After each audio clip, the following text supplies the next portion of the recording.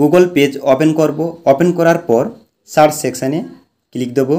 এখানে লিখব caste certificate wb.government.in।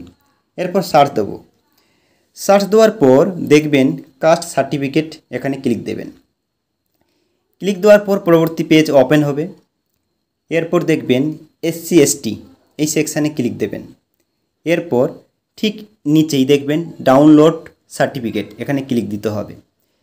এরপর পরবর্তী পেজ ওপেন হবে। এখানে অ্যাপ্লিকেশান নম্বর বা সার্টিফিকেট নম্বর দুটির মধ্যে একটি এখানে নম্বরটি বসাবেন। এরপর অ্যাপ্লিকেন্ট নেমটি বসাবেন।